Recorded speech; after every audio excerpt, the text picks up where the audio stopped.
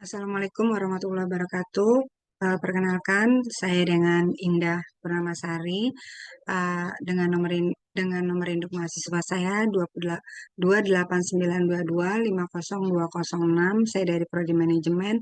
Untuk kali ini saya akan mempresentasikan mata kuliah Manajemen Etika Bisnis dengan dosen pengampu saya, Bapak Muhammad Taufan Nugroho, SSI, MM.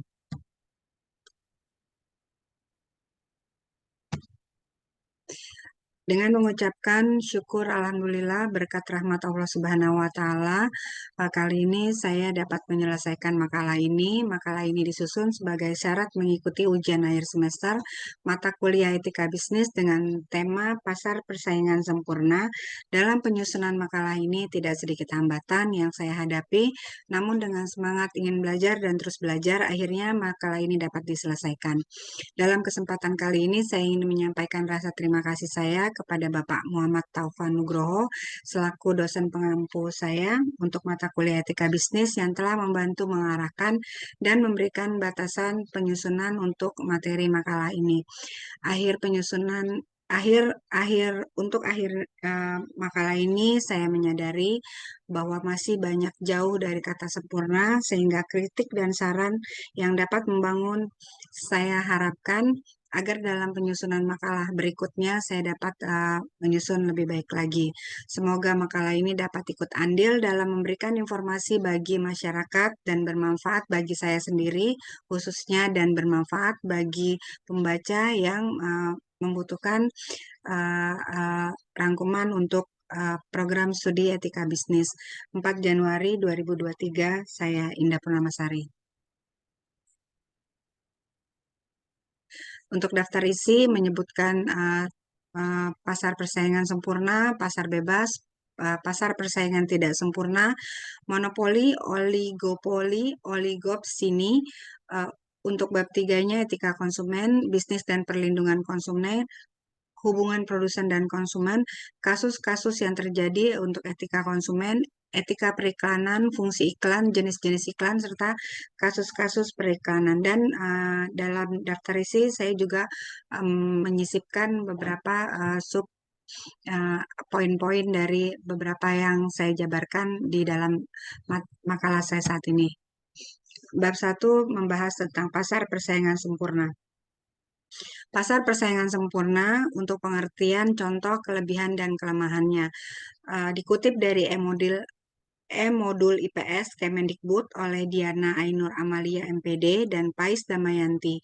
Pasar persaingan sempurna adalah pasar yang terdapat mobilitas sempurna di dalamnya.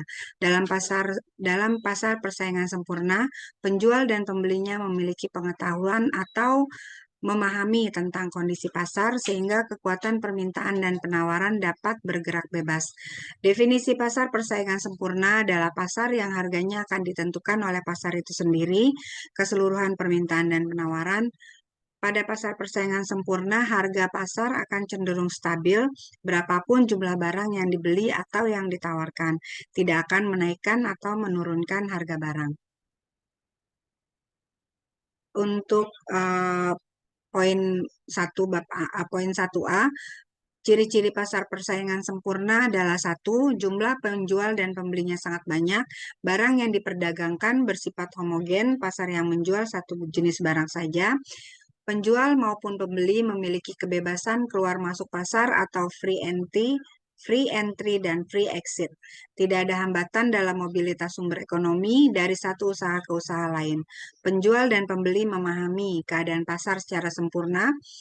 6. Penjual dan pembeli bebas mengadakan perjanjian. 7. Pemerintah tidak ikut campur tangan tentang harga, baik langsung maupun tidak langsung. Kelebihan pasar persaingan sempurna adalah 1. Pembeli atau konsumen memahami tentang harga pasar, sehingga sangat kecil terjadi kerugian atau kekecewaan. 2. Konsumen akan merasa sejahtera karena bebas memasuki pasar. 3. Adanya persaingan murni karena barang yang diperjualbelikan bersifat homogen. Harga cenderung stabil karena keadaan pasar dapat diketahui sebelumnya. 5. Mudah memilih atau menentukan barang yang diperjualbelikan. 6. Barang yang diproduksi bisa diperoleh dengan ongkos yang serendah-rendahnya. Kecurangan atau kelemahan pasar persaingan sempurna adalah satu, hanya ada satu atau dua industri pasar yang mendekati persaingan sempurna. Adanya faktor eksternal yang tidak diperhitungkan dalam posisi kesejahteraan, optimum optimum konsumen, tidak ada barang substitusi karena bersifat homogen, perbedaan pasar persaingan sempurna dan tidak sempurna. Pasar persaingan tidak sempurna bersifat imperfect competition market adalah pasar yang tidak terorganisasi secara sempurna karena persaingan sempurnanya tidak terpenuhi. Jika pada pasar persaingan sempurna, konsumen akan merasa sejahtera karena bebas memasuki pasar. Pada pasar persaingan tidak sempurna justru ketidakadilan karena keuntungan banyak diminati oleh produsen. Harga persaingan tidak sempurna terdiri dari pasar monopoli, oligopoli, dan pasar persaingan monopolistik. Demikian penjelasan arti dari pasar persaingan sempurna beserta ciri, contoh, hingga perbedaannya dengan pasar persaingan tidak sempurna.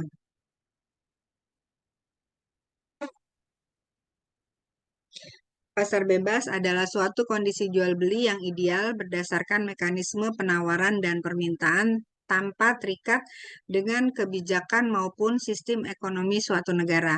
Jadi, pedagang dan pembelilah yang mengatur segala bentuk terkait transaksi mereka. Fokus dari praktik pasar bebas adalah melakukan produksi dan jual beli baik barang maupun jasa tanpa melibatkan campur tangan pemerintah. Produsen memiliki kuasa penuh dalam menentukan harga jual maupun jasanya sesuai mekanisme pasar secara alami. Untuk pengertian pasar bebas sendiri adalah perdagangan yang berfokus pada penjualan berdasarkan mekanisme penawaran dan permintaan tanpa melibatkan campur tangan pemerintah. Jadi, penguasa memiliki kewenangan mutlak atas pengelolaan produksi dan harganya, serta bebas memilih siapa saja yang akan menjadi target penjualan mereka. Pengertian pasar bebas menurut para ahli, pengertian di atas sifatnya masih sangat umum. Adapun penafsiran para ahli mengenai apa itu pasar bebas adalah sebagai berikut. Menurut David Ricardo, pasar bebas adalah perdagangan luar negeri antara beberapa negara secara bebas tanpa adanya hambatan dari pemerintah negara masing-masing. Menurut Adam Smith, pasar bebas adalah kegiatan jual beli yang bebas dilakukan sesuka hati sehingga mampu melahirkan persaingan ekonomi lebih luas tanpa campur tangan pemerintah. Fungsi pasar bebas adalah memberikan kebebasan kepada masyarakat dalam melakukan aktivitas ekonomi, baik ekspor maupun impor, serta memberikan transparansi informasi berkaitan kuantitas, permintaan, dan harga barang. Dengan demikian akan tercipta stabilitas ekonomi. Selain itu, fungsi pasar bebas adalah memberikan pendapatan yang lebih tinggi kepada para pengusaha serta memberi peluang memajukan keahlian maupun metode produksi agar lebih efisien. Tujuan dari pasar bebas adalah memperluas pasar. Pasar bebas adalah salah satu sarana guna memperluas jangkauan konsumen untuk suatu produk. Hal ini karena hambatan ekspor-impor tiap negara makin menipis sehingga produsen dapat melakukan riset pasar internasional. Meningkatkan perekonomian negara. Poin 3 adalah pasar bebas menciptakan peluang perdagangan yang luas dan membantu produsen dalam mengembangkan maupun memasarkan produknya secara masif sehingga dapat mendongkrak perekonomian negara. Sarana pertukaran teknologi tidak selalu terkait dengan keuntungan penjualan. Pasar bebas adalah salah satu sarana pertukaran teknologi karena tiap negara dapat berinteraksi sehingga berkesempatan mempelajari kemajuan teknologi dari negara lain. Ciri-ciri pasar bebas adalah semua sumber beserta alat produksi dapat bebas dimiliki dan diatur oleh semua pihak. 2. Terdapat pembagian kelas-kelas pekerja dan pemilik modal dalam sistem perekonomian. 3. Persaingan ketat antar perusahaan demi mencapai keuntungan sebanyak mungkin. Campur tangan pemerintah dalam mekanisme pasar semakin dibatasi atau bahkan tidak ada sama sekali. Para produsen bebas menentukan harga dan target pasar mereka. Dampak positif pasar bebas adalah bisa memberikan beberapa dampak positif bagi bisnis perusahaan, di antaranya semua badan usaha dapat mengelola sumber daya yang mereka miliki guna memperoleh keuntungan sesuai target. 2. Menumbuhkan kreativitas karena persaingan yang ketat sehingga semua pengusaha berlomba-lomba berinovasi. 3. Sebagai sarana penerapan prinsip ekonomi masing-masing negara. 4. Memacu pertumbuhan perekonomian negara, memicu berbagai kemunculan inovasi teknologi di bidang bisnis. Dampak negatif dari pasar bebas itu sendiri adalah rentan terjadinya eksploitasi perusahaan kecil oleh sektor usaha yang lebih besar, mengingat jumlah modal akan memegang peran penting sebab campur tangan pemerintah lebih kecil, memicu perang harga dan persaingan tidak sehat, memicu monopoli perdagangan yang membahayakan perusahaan lain di industri sama. 4. Mempertajam kesenjangan ekonomi antara pemilik modal dengan pekerja ataupun antara pemodal dalam jumlah besar maupun kecil. Penurunan tingkat perekonomian suatu negara karena ketidakmampuan bersaing sehingga menjadi ketergantungan dengan penggunaan produk milik negara lain.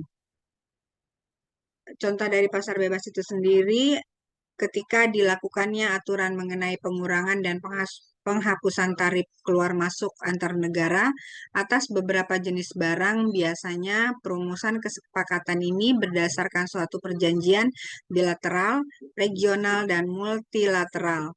Misalnya, pembentukan ASEAN Free Trade Area yang merupakan zona perdagangan bebas guna meningkatkan daya saing ekonomi negara-negara anggota ASEAN.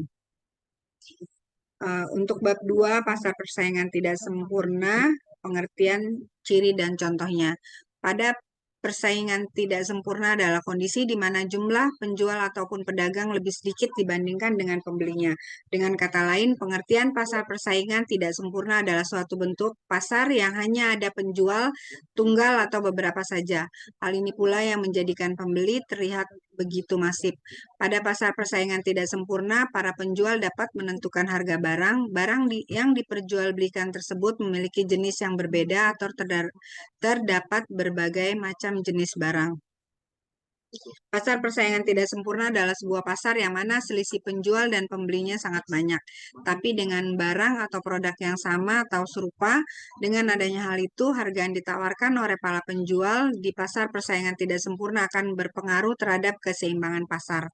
Pasar persaingan tidak sempurna juga seringkali disebut sebagai suatu sebentuk pasar yang tidak terorganisir serta sempurna. Karena itu, jenis pasar ini dianggap tidak sempurna karena adanya kecacatan yang bisa menimbulkan ketidakadilan di dalam pasar. Pasar persaingan tidak sempurna terjadi di suatu pasar apabila salah satu syarat dalam pasar persaingan sempurna tidak terpenuhi. Ciri-ciri dari pasar persaingan sempurna secara umum adalah jumlah penjual sedikit tapi banyak pembeli, penjual berhak menentukan harga serta produknya sendiri, penjual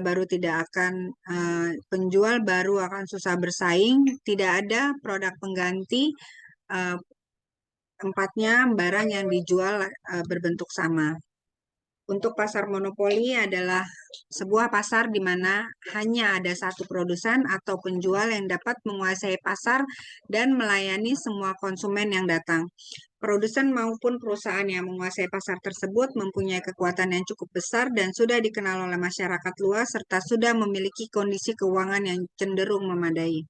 Contoh perusahaan yang tergolong ke dalam jenis pasar monopoli adalah perusahaan BUMN, PLN, Telkom Indonesia, dan perusahaan minyak bumi juga gas alam lain. Untuk pasar oligopoli, tergolong ke dalam salah satu jenis pasar yang memiliki persaingan tidak sempurna sebab produk atau barang yang dijual bersifat homogen. Walaupun jumlah penjualnya banyak dan berbeda, setiap kebijakan yang diambil penjual yang menguasai pasar oligopoli akan berpengaruh pada penjualan mereka yang menjadi produsen memproduksi produk serupa, sebab keuntungan yang diperoleh sangat tergantung pada persaingan. Contoh dari pasar oligopoli adalah industri sabun, industri baja, industri rokok, industri pasta gigi, dan lainnya. Untuk pasar monopolistik adalah salah satu jenis pasar yang memiliki jumlah produsen dan produksi barang yang sama, akan tetapi barang yang dimiliki mempunyai perbedaan dan memiliki ciri khas. Para penjual yang ada di dalam pasar monopolistik ini tidak ada batasnya, sehingga para produsen baru bisa sangat mudah masuk ke dalam pasar tersebut. Contoh dari pasar monopolistik adalah industri makanan kemasan, perabotan rumah tangga, minuman dengan aneka rasa, baju, dan pakaian lainnya. Untuk pasar monopsoni adalah sebuah pasar di mana akan ada banyak penjual tetapi jumlah pembelinya hanya satu. Di dalam pasar ini pembeli memiliki peran sebagai pemegang kekuasaan tertinggi sehingga pihak pembelilah yang akan diuntungkan. Harga produknya dapat menjadi seperti yang diinginkan konsumen atau pembeli. Namun walaupun begitu, penjual atau produsen juga harus tetap berusaha untuk mendapatkan keuntungan yang besar. Untuk pasar oligopsoni adalah salah satu jenis pasar yang memiliki banyak penjual dan beberapa pembeli. Harga produk ataupun jasa yang ditawarkan di pasar tersebut cenderung lebih stabil. Untuk harga produknya sendiri biasanya ditentukan oleh pembeli atau konsumen. Namun, penjual tidak akan mengalami kerugian atau tidak berdaya dalam menentukan harga pasarnya sendiri. Kebanyakan produk yang ditawarkan adalah bahan-bahan mentah maupun hasil alam. Sedangkan konsumen yang ada di dalam pasar oligopsoni mayoritas adalah pedagang yang akan mengolah lagi produk yang mereka dapatkan dari pasar tersebut menjadi barang jadi. Kelebihan dari pasar persaingan tidak sempurna adalah barang yang ditawarkan memiliki kualitas unggul, penjual memperoleh keuntungan yang lebih besar, bisa mendorong untuk menemukan produk inovatif, bisa berkembang dengan pesat. Kekurangan dari pasar persaingan tidak sempurna adalah adanya permainan harga pasar, tidak ada alternatif lainnya, terdapat diskriminasi harga, ada eksploitasi konsumen salah satunya. Contoh dari pasar persaingan tidak sempurna, misalnya pasar saham. Sebab harga saham dapat dipengaruhi oleh beberapa faktor, misalnya para pemodal yang membeli saham dalam jumlah yang besar dan faktor eksternal lainnya. Selain itu adanya orang-orang tertentu yang mempunyai akses informasi yang lebih cepat dari investor lain.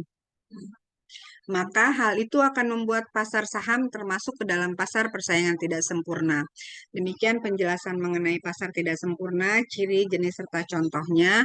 Pasar persaingan tidak sempurna terjadi di salah satu pasar apabila eh, salah satu syarat dalam pasar persaingan sempurna tidak terpenuhi. Untuk bab 3 membahas tentang etika konsumen. Etika adalah suatu perbuatan sekaligus memberi norma dari perbuatan itu sendiri. Jadi yang dimaksud etika terhadap konsumen adalah suatu perbuatan atau tindakan yang dilakukan seseorang terhadap konsumen dengan mengikuti norma yang bertujuan untuk mendapatkan timbal balik yang sepadan. Atau bisa dicontohkan jika kita menjual sesuatu terhadap konsumen, kita harus mengikuti norma, yaitu tidak boleh membohongi ataupun menjanjikan sesuatu yang belum pasti terhadapnya. Dan tiba-tiba kita tidak dapat memenuhi janji kita terhadap mereka. Jika seperti itu, kita akan mendapatkan timbal balik yang jelek, yaitu mereka tidak akan membeli lagi barang yang kita jual atau sebaliknya. Jika ada kejadian seperti ini, ada asas dan perlindungan terhadap konsumen serta sanksi bagi pelaku usaha bagi yang melanggarnya. Perlindungan konsumen menurut Undang-Undang Nomor 8 Tahun 1999 adalah yang berbunyi konsumen adalah setiap orang yang memakai barang atau jasa yang tersedia dalam masyarakat, baik bagi kepentingan sendiri, keluarga, orang lain, maupun makhluk hidup lainnya, dan tidak untuk diperdagangkan. Hal ini dapat bersifat dalam segala transaksi jual-beli secara langsung maupun secara online seperti yang kini marak. Walaupun adanya transaksi yang tidak melalui tatap muka, konsumen tetap berhak untuk mendapatkan barang yang sesuai dengan pemberitahuan sebelumnya atau barang yang sesuai dengan yang dijanjikan. Pengertian perlindungan konsumen adalah keseluruhan peraturan dan hukum yang mengatur hak dan kewajiban konsumen dan produsen yang timbul dalam usahanya untuk memenuhi kebutuhan dan mengatur upaya-upaya untuk menjamin terwujudnya perlindungan hukum terhadap kepentingan konsumen. Ditulis oleh Sido Balog pada tahun 2014 pada poin ke-39. Hal ini dapat bersifat dalam segala transaksi jual beli secara langsung maupun secara online seperti yang kini marak. Walaupun adanya transaksi yang tidak melalui tatap muka, konsumen tetap berhak melakukan untuk mendapatkan barang yang sesuai dengan yang disebutkan.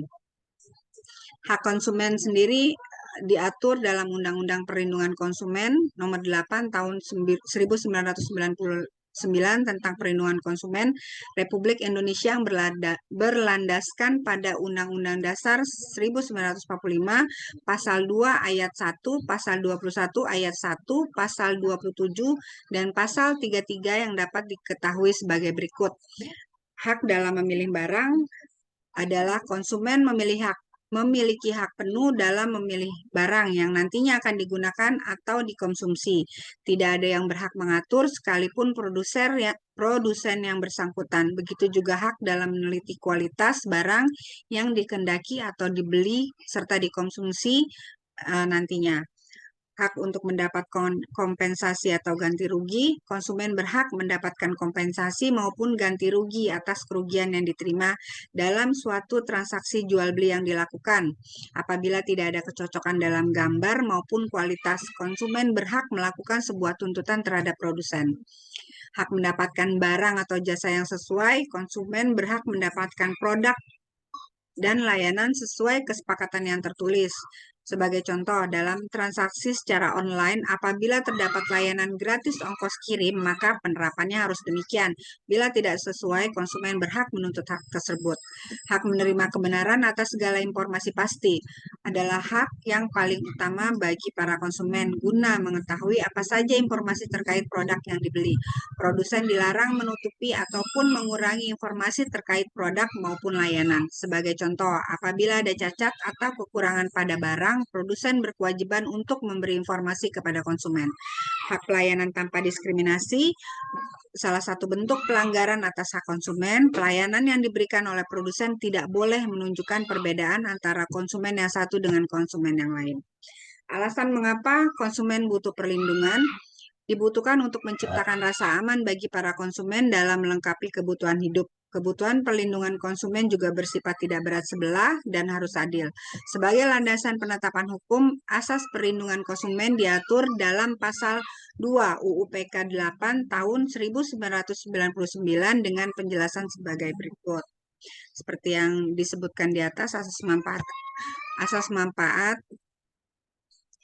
konsumen maupun pelaku usaha atau produsen berhak memperoleh manfaat yang diberikan, tidak boleh bersifat salah satu dari kedua belah pihak, sehingga tidak ada salah satu pihak yang merasakan manfaat ataupun kerugian. Asas keadilan, konsumen dan produsen selaku pelaku usaha dapat berlaku adil dengan perolehan hak dan kewajiban secara seimbang atau merata.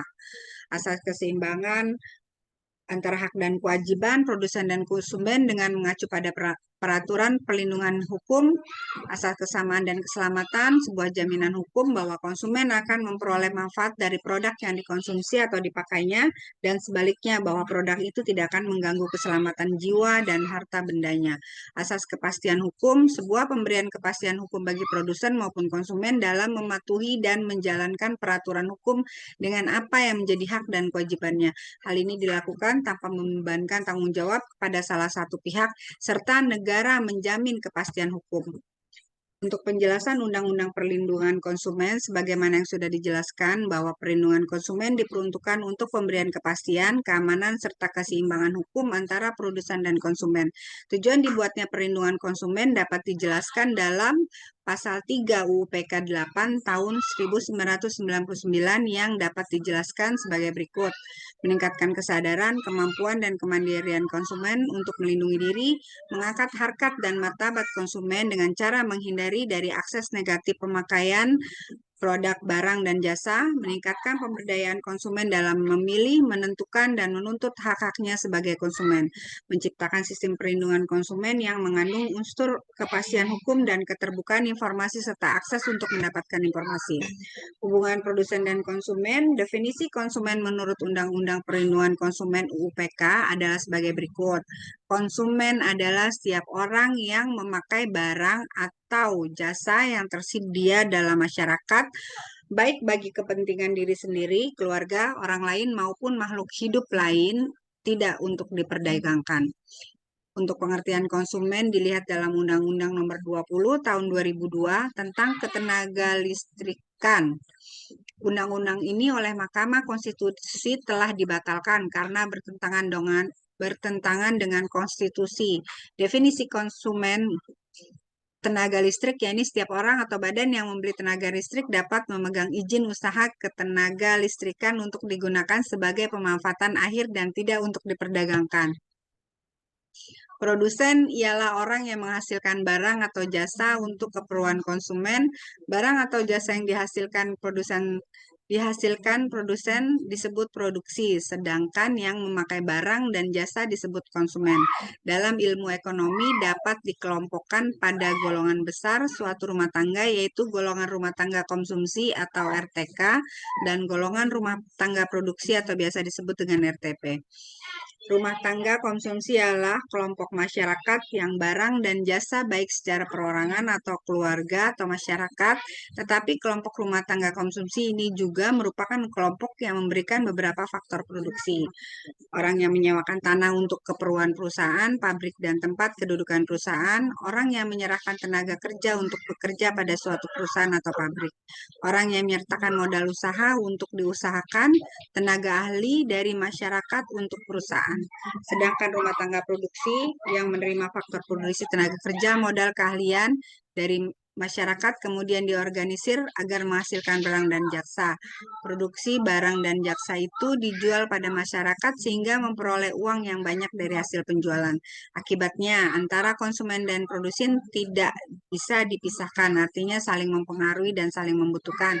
Jika perusahaan menghasilkan suatu barang dan jasa harus sesuai dengan kebutuhan masyarakat. Kalau tidak, maka produksinya tidak akan laku dijual.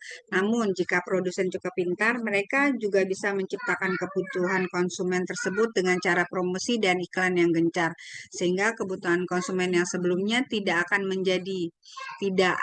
ada. Cara tersebut disebut dengan inovasi, yaitu menciptakan sesuatu yang belum ada atau menyempurnakan yang sudah ada sehingga mempunyai fungsi yang lebih hebat lagi.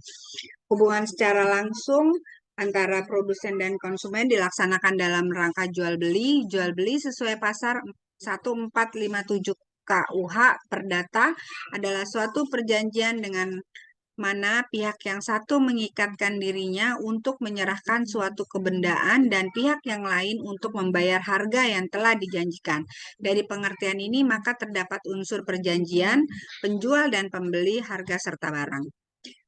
Suatu perjanjian sesuai pasal 1313 KUH Perdata adalah suatu perjanjian yang mana antara satu dan lainnya mengikatkan diri atau lebih. Untuk sahnya suatu perjanjian diperlukan 4 syarat sesuai pasal 1320 KUH Perdata, yaitu sepakat, mereka yang mengikatkan diri, kecakapan untuk membuat suatu perikatan, suatu hal tertentu, suatu sebab yang halal. Tiap-tiap perikatan dilahirkan baik karena persetujuan, karena undang-undang, pasal 1233 KUH Perdata, pasal 1234 KUH Perdata menyatakan bahwa tiap-tiap perikatan adalah untuk memberikan sesuatu, untuk berbuat sesuatu, atau untuk tidak berbuat sesuatu. Semua perjanjian yang dibuat secara sah berlaku untuk mereka yang membuatnya, tercatat dalam pasal 1338. Kata semua mencerminkan asas kebebasan berkontrak, freedom of contract. Kebebasan berkontrak terdapat pembatasan-pembatasannya, antara lain suatu perjanjian harus dilaksanakan dengan itikat baik, tercantum dalam pasal 13138 ayat 3. Suatu perjanjian tidak boleh melanggar undang-undang, kesusilaan, dan ketertiban umum tercantum dalam pasal 1337 dan harus dilaksanakan menurut kepatutan, kebiasaan, dan undang-undang dalam pasal 1339. Hubungan tidak langsung adalah transaksi bisnis terjadi secara langsung antara produsen dan konsumen. Seiring dengan revolusi industri, transaksi usaha berkembang ke arah hubungan yang tidak langsung melalui suatu mata rantai distribusi. Dari pelaku usaha disalurkan atau didistribusikan kepada agen, lalu ke pengecer, baru sampai ke konsumen. Dalam hubungan ini tidak terdapat hubungan kontraktual dalam antara produsen dan konsumen. Hak pekerja, pekerjaan dan jaminan terhadap hak pekerja merupakan salah satu dari prinsip keadilan dalam bisnis. Hal ini ketidakadilan menuntut agar semua pekerja diperlakukan sesuai dengan haknya masing-masing, baik sebagai pekerja maupun sebagai manusia. Mereka tidak boleh dirugikan dan tidak perlu diperlakukan secara sama tanpa diskriminasi yang tidak rasional.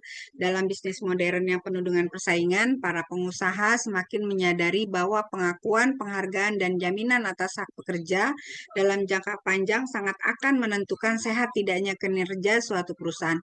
Ini disebabkan karena jaminan atas hak pekerja pada akhirnya berpengaruh langsung secara positif atas sikap, komitmen, loyalitas, produktivitas, serta akhirnya kinerja setiap pekerja suka atau tidak suka berpengaruh langsung terhadap perusahaan dan keseluruhan. Secara umum, ada beberapa hak pekerja yang dianggap mendasar dan harus dijamin, kendati dalam penerapannya sangat ditentukan oleh perkembangan ekonomi dan sosial budaya dari masyarakat suatu negara di mana suatu perusahaan beroperasi. Konsumen adalah raja. Dengan adanya persepsi konsumen adalah raja bagi sebagian masyarakat atau konsumen sebenarnya tidaklah benar, karena konsumen atau masyarakat lebih banyak mengutarakan keluhan tentang kekecewaan baik pada janji atau pelayanan yang tidak memuaskan dari berbagai perusahaan atau produsen. Kenyataan ini sungguhnya memberikan isyarat paling kurang dua, yaitu pasar bebas dan terbuka pada akhirnya menempatkan konsumen benar-benar sebagai raja. Prinsip-prinsip etika seperti kejujuran, tanggung jawab, dan kewajiban untuk melayani konsumen secara baik dan memuaskan mempunyai tempat pijakan yang nyata dalam bisnis global yang bebas dan terbuka. Itu berarti pada akhirnya etika bisnis semakin dianggap serius oleh pembisnis modern yang kompetitif. Dengan kata lain, kenyataannya dalam pasar yang bebas dan terbuka, hanya mereka yang unggul dalam melayani konsumen secara baik dan memuaskan akan benar-benar keluar sebagai pemenang.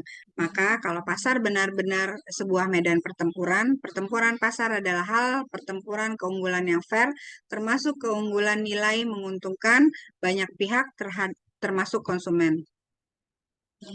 Kasus etika konsumen.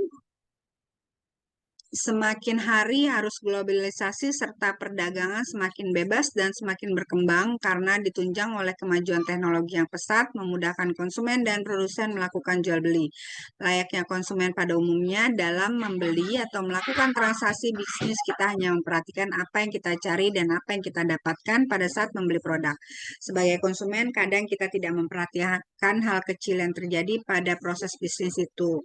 Pernahkah kita memikirkan sesuatu sesuai atau tidak bisnis yang dijalankan dengan etika bisnis yang berlaku? Saat ini, khusus yang terjadi pada masyarakat Indonesia, tidak sedikit bisnis yang dijalankan tidak sesuai dengan etika bisnis dan hukum yang seharusnya berlaku. Banyak dari pembisnis yang mengabaikan etika tersebut pada akhirnya mengakibatkan kerugian pada konsumen.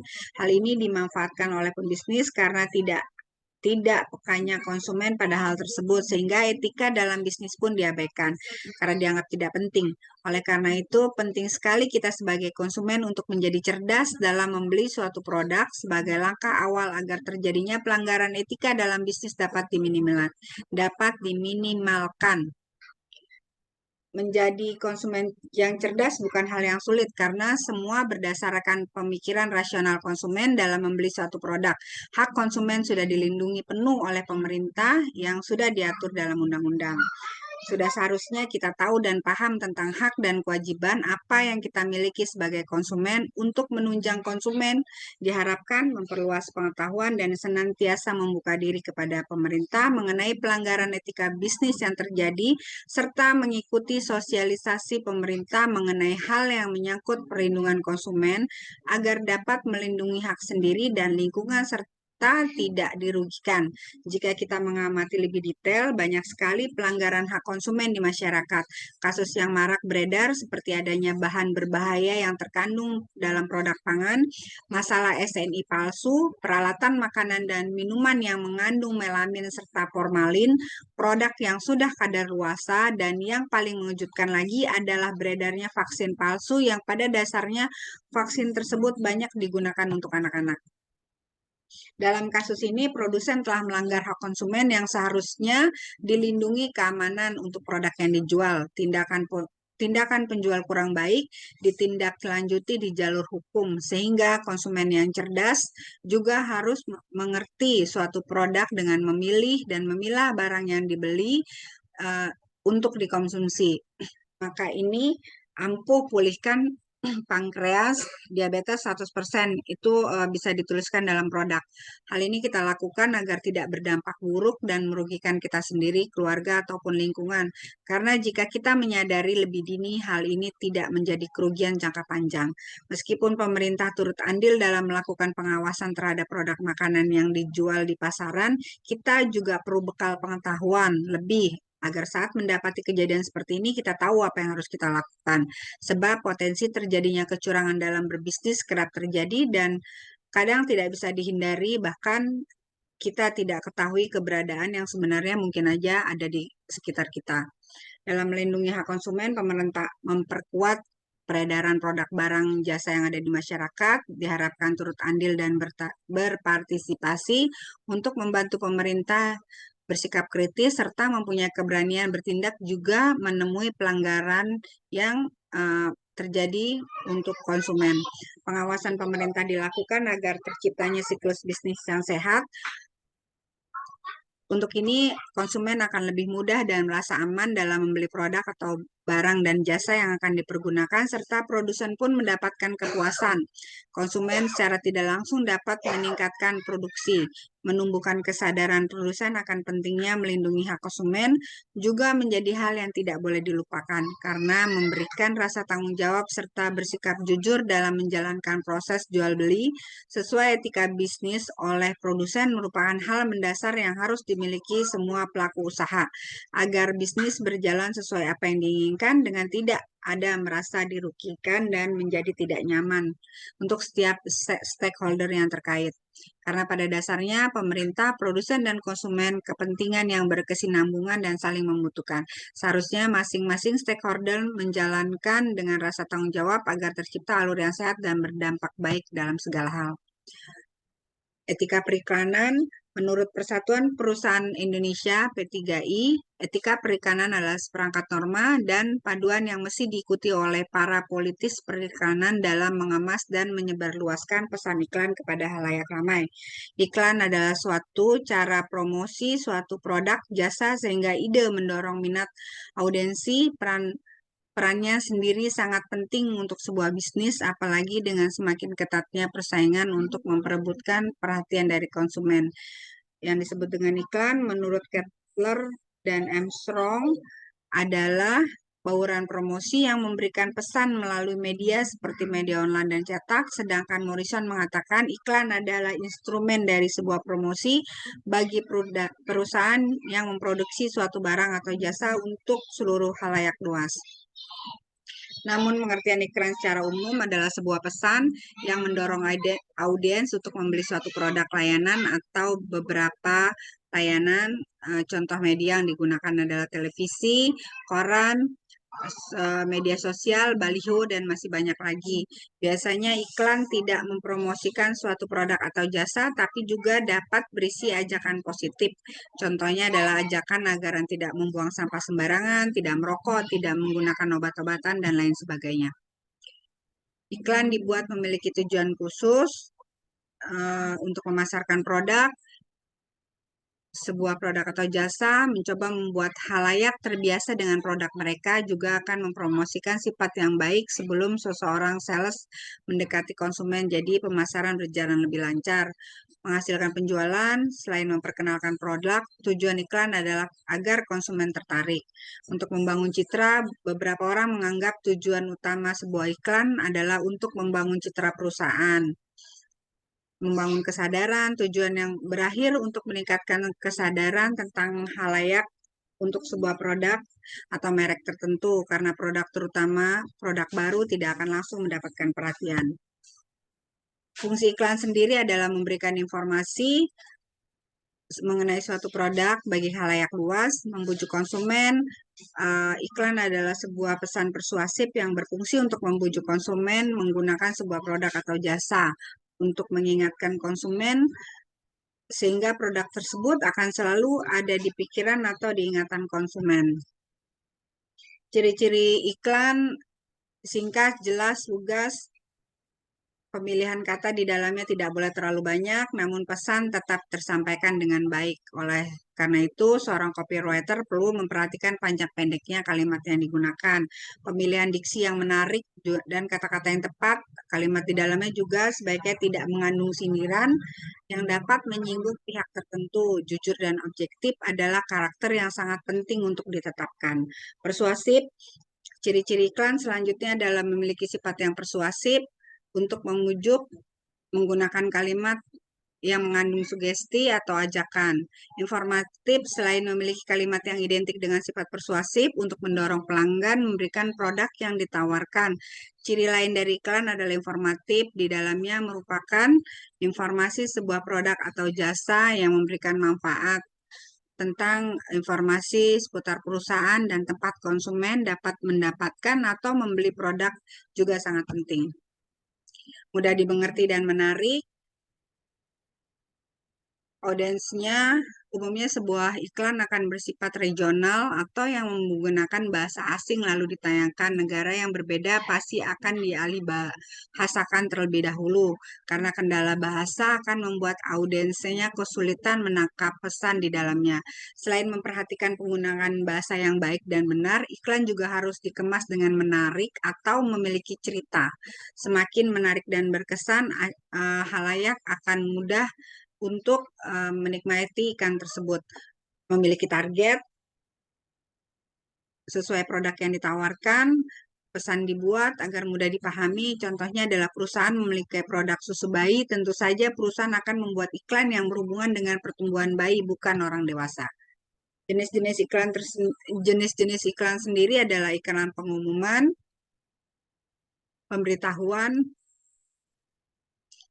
Menurut Pausya dalam buku Manajemen Penerbitan Public Relation tahun 2021, iklan pengumuman atau pemberitahuan adalah jenis iklan yang bertujuan memberitahu masyarakat mengenai suatu hal. Jenis iklan berdasarkan isinya digunakan sebagai sarana untuk memberi informasi seperti acara, berita, duka cita, pernikahan, kelahiran, dan lainnya. Iklan niaga dikutip dari buku teks Kajian Struktur dan Kebahasaan tahun 2018, Taufik Rahman. Ada iklan niaga adalah jenis iklan yang memperkenalkan, menawarkan, serta mempromosikan produk atau jasa kepada masyarakat. Iklan layanan masyarakat adalah jenis iklan yang menampilkan, yang bertujuan meningkatkan pengetahuan serta kepedulian masyarakat terhadap isu sosial. Ada beberapa kriteria yang dimiliki iklan layanan masyarakat, yaitu tidak bersifat komersial atau mencari keuntungan, bersifat umum, ditujukan untuk semua lapisan masyarakat, diajukan oleh organisasi atau lembaga tertentu. Contoh iklan layanan masyarakat adalah iklan yang berisi ajakan untuk menghindari narkoba, serta himbauan untuk menghemat air, listrik, dan energi. Kasus-kasus etika periklanan di sini ada 10 iklan yang melanggar etika dan tidak layak tayang. Salah satunya adalah pompa air Shimizu. Iklan yang melanggar etika dan memperoleh teguran dari KPI adalah iklan pompa air Shimizu. Iklan ini dinilai tidak pantas ditayangkan karena menggunakan model wanita berpakaian minim dan mengandung lelucon vulgar. Jelas KPI menyayangkan iklan ini karena kerap kali tampil saat prime time dan ditonton oleh anak-anak. Dalam iklan berdurasi durasi 30 detik tersebut terdapat adegan pria berwajah lesu dengan wanita berpakaian seksi yang bertanya, kalau nggak mancut terus kapan enaknya? Kemudian adegan berlanjut di komplek pertukuan di mana wanita tersebut berdialog dengan pemilik toko. Pemilik toko bertanya, nggak mancur nih, tampak si wanita mengiyakan. Lalu muncul pedagang toko sebelah yang menawarkan pompa air Shimizu. Singkatnya, muncul pompa air dipasang, si wanita tampak kegirangan sambil bergoyang menggoda ketika disemprot air oleh pasangannya. Contoh yang kedua adalah Amail. Iklan produk rokok baru ditayangkan di televisi pada pukul 21.30 ke atas. Perusahaan rokok juga terbiasa membuat billboard iklan yang dipasang di jalan-jalan besar yang banyak dilalui kendaraan. Salah satu iklan rokok yang mendapat protes dari masyarakat adalah iklan Amail versi mula-mula malu-malu lama-lama mau. Dalam iklan tersebut terdapat gambar pasangan yang hendak berciuman. Masyarakat resah bahwa iklan tersebut memiliki pesan mesum yang dapat memicu tindakan asusila. Seorang netizen membuat petisi di internet yang mengecam iklan tersebut. Beruntung PT HM Sampurna Tbk memenuhi permintaan masyarakat dan menghentikan iklan tersebut. Yang ketiga adalah iklan softener Soklin. Salah satu iklan yang melanggar etika dan memperoleh teguran adalah softener Soklin untuk varian Twilight Sensation. Iklan tersebut dinilai tidak memperhatikan peraturan siaran iklan, pembatasan muatan seksual, ketentuan perlindungan anak dan remaja, serta norma kesopanan. Iklan tersebut terlihat berulang kali menyorot bagian paha dan dada model wanita di dalamnya. Wakil Ketua KPI sudah memberikan teguran dan memberikan kesempatan perusahaan pemilik iklan untuk melakukan editing dengan tidak menyorot bagian tubuh wanita yang dirasa terlalu vulgar. Pelanggaran yang keempat terjadi di Indosat. Siapa bilang iklan billboard atau poster tidak dapat dikecam? KPI memang tidak memiliki wewenang untuk membatasi iklan, poster, atau billboard. Namun masyarakat bisa melakukannya, sama seperti iklan Indosat versi liburan ke Australia ini. Di dalam iklan poster tersebut terdapat headline, liburan ke Aussie lebih mudah dibandingkan ke Bekasi. Sontak headline tersebut membuat warga Bekasi geram. Bahkan urusan ini hampir dibawa ke ranah hukum oleh sejumlah ormas yang berunjuk rasa di depan kantor Indosat Bekasi. Iklan tersebut dianggap menghina warga Kota Bekasi. Pihak Indosat sendiri telah meminta maaf dan memutuskan kontrak dengan agensi yang membuat iklan tersebut. Yang melakukan pelanggaran lagi untuk yang kelima adalah on klinik. Sangat disayangkan bahwa iklan yang menawarkan solusi untuk vitalitas pria justru tayang di prime time pada sejumlah stasiun TV nasional. On Clinic merupakan perusahaan yang menawarkan jasa untuk mengatasi berbagai masalah vitalitas pria, seperti impotensi dan ejakulasi dini. Produk ini menggunakan salah satu penyanyi senior Ikang Fauzi sebagai model iklan. Namun iklan tersebut justru mendapat teguran langsung dari KPI lantaran menayangkan materi dewasa di jam tayang yang biasa ditonton anak-anak dan remaja. Iklan yang melanggar etika ini dikategorikan sebagai pelanggaran atas perlindungan anak dan remaja. Yang keenam terjadi di New Era, sempat tayang di tahun 2015. Iklan sepatu boot dari New Era tayang di berbagai stasiun TV, mendapatkan peringatan dari KPI, menampilkan model wanita dengan pakaian minim dan goyangan erotis secara sederhana. Tidak ada hubungan antara sepatu boot dengan wanita seksi. Iklan dengan tayangan erotis ini mendapat teguran dan larangan tayang di seluruh stasiun TV. Iklan New Era ini dianggap mengabaikan norma kesopanan, tidak mengindahkan ketentuan etika pariwara Indonesia. Yang ketujuh, terjadi pelanggaran di klinik Tongfang tahun 2012, menirukan iklan klinik Tongfang, sebuah klinik kesehatan mempromosikan diri karena dapat menyembuhkan hampir sebagian besar penyakit. Singkatnya, semua penyakit ringan maupun berat pasti bisa sembuh jika Anda berobat ke klinik. Alih-alih mendapatkan sambutan positif dari masyarakat, iklan ini justru dijadikan lelucon. Bahkan KPI juga memberikan surat peringatan kepada klinik tersebut karena dianggap melanggar etika periklanan, yaitu larangan untuk memberikan diskon. dan menampilkan testimonial pasien untuk produk layanan kesehatan. KPI juga menindak tegas beberapa stasiun TV yang masih menayangkan iklan klinik ini. Pelanggaran yang ke-8 dilakukan oleh Cat Avian. Skenario iklan adalah seorang pria yang baru saja mengecat hendak memasang kertas bertuliskan awas cat basah, tapi justru kertasnya terbang. Kemudian datang seorang wanita yang langsung duduk di kursi yang baru dicat. Setelah pria menunjukkan kertas tulisan awas cat basah, sang wanita langsung bangkit dan mengibaskan rok untuk melihat bagian belakang rok.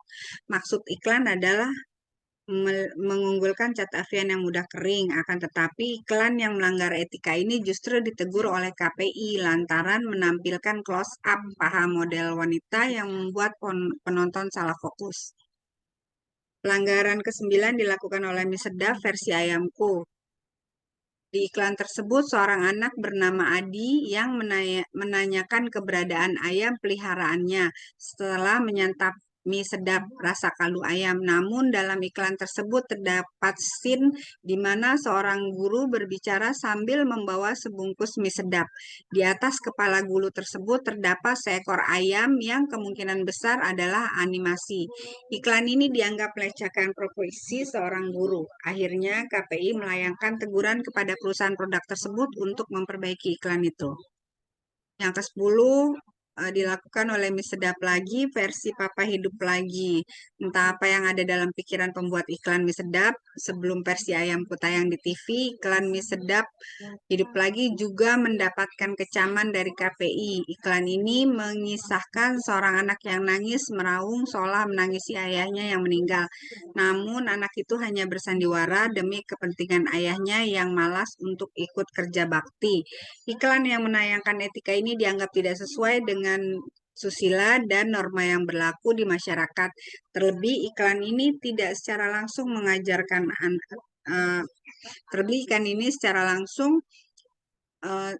mengajarkan anak untuk berbohong.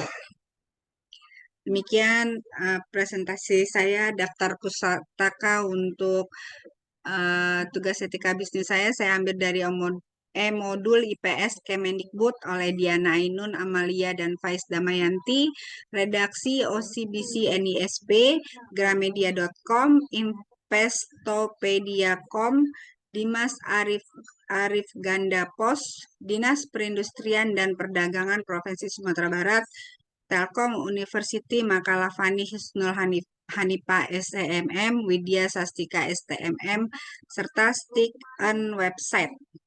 Demikian akhir kata. Wassalamualaikum warahmatullahi wabarakatuh.